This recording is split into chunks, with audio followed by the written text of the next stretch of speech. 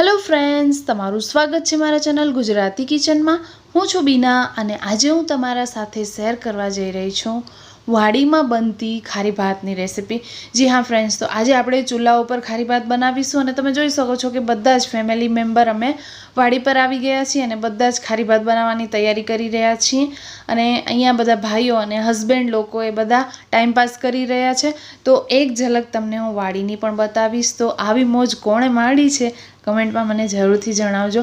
तो फ्रेंड्स, तमे अहींया जोई शको छो कि आ एक झलक वाड़ीनी छे। अहींया वाड़ीमां झाड़वाने पाणी अपाई रह्युं छे अने साथे साथे तमे अहींया जोई शको छो कि केसर केरी झाड़ पर लटकी रही छे।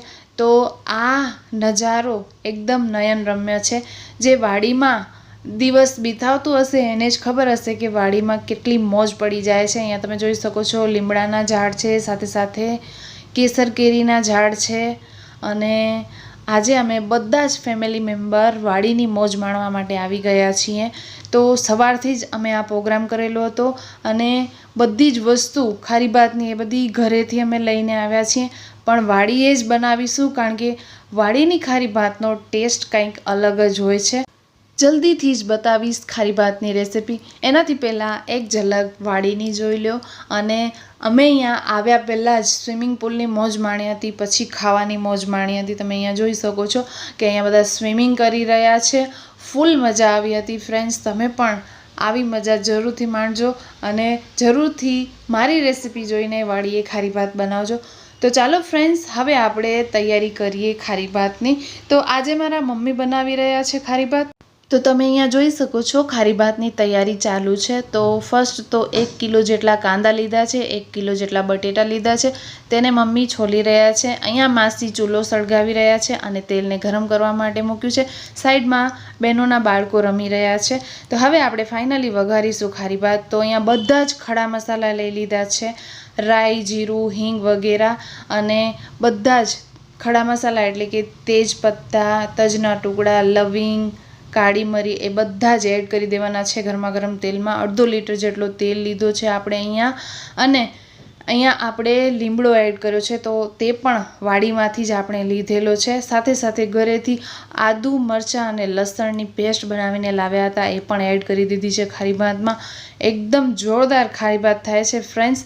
અને ચૂલાની ખારી ભાત તો તમે ખાશો એટલે ખાતા જ રહી જશો, એટલી સરસ ખારી ભાત આ બને છે। તો હવે તેનામાં ડુંગળી અને બટેટા કાપેલા એડ કરી દેવાના છે। તો અહીંયા ખડા મસાલા બધા જ એડ કર્યા પછી ડુંગળી અને બટેટા એડ કરી દેવાના છે અને તેને થોડીવાર માટે સાતળી લેવાના છે।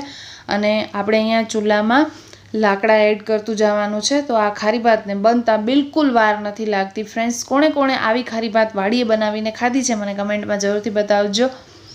હવે અહીંયા આપણે ખારી ભાતને એકદમ સરસ રીતે ચલાવી લીધી છે। ડુંગળી અને બટેટા એ બફાઈ ગયા છે। તો અહીંયા મેં બધા જ મસાલા લઈ લીધા છે।